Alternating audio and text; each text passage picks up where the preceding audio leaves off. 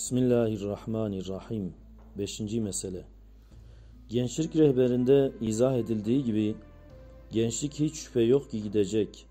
Yaz güze ve kışa er vermesi ve gündüz akşama ve geceye değişmesi katiyetinde gençlik dahi ihtiyarlığa ve ölüme değişecek.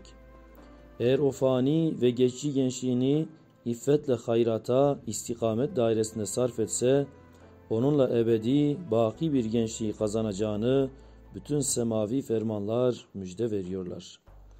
Eğer sefahatse sarf etse, nasıl ki bir dakika hiddet yüzünden bir katil milyonlar dakika hapis cezasını çektirir, öyle de gayrimeşru dairedeki gençlik keyifleri ve lezzetleri, ahiret mesuliyetinden ve kabir azabından ve zevalinden gelen teessüflerden ve günahlardan ve dünyevi mücazatlardan başka ani lezzet içinde o lezzetten ziyade elemler olduğunu aklı başında olan her genç tecrübeyle tasdik eder. Mesela haram sevmekte bir kıskançlık elemi ve firak elemi ve mukabele görmeme elemi gibi çok arızalar ile o cüz'i lezzet zehirli bir bal hükmüne geçer.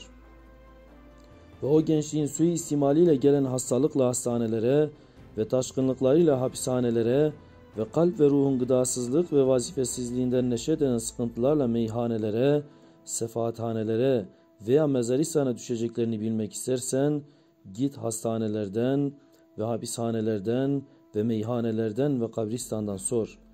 Elbette ekseriyetle gençlerin gençliğinin suistimalinden ve taşkınlıklarından ve gayrimeşru keyiflerin cezası olarak gelen tokatlardan eyvahlar ve ağlamalar ve esefler işleyeceksin. Eğer istikamet dairesine gitse, gençlik gayet şirin ve güzel bir nimet-i ilahiye ve tatlı ve kuvvetli bir vesile-i hayrat olarak ahirette gayet parlak ve baki bir gençlik netice vereceğini başta Kur'an olarak bütün semavi kitaplar ve fermanlar haber verip müjde ediyorlar.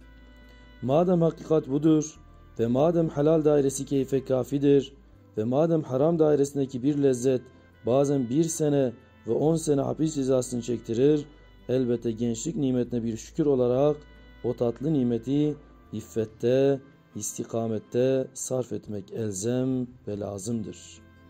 Elbette gençlik nimetine bir şükür olarak o tatlı nimeti iffette, istikamette sarf etmek lazım ve elzemdir.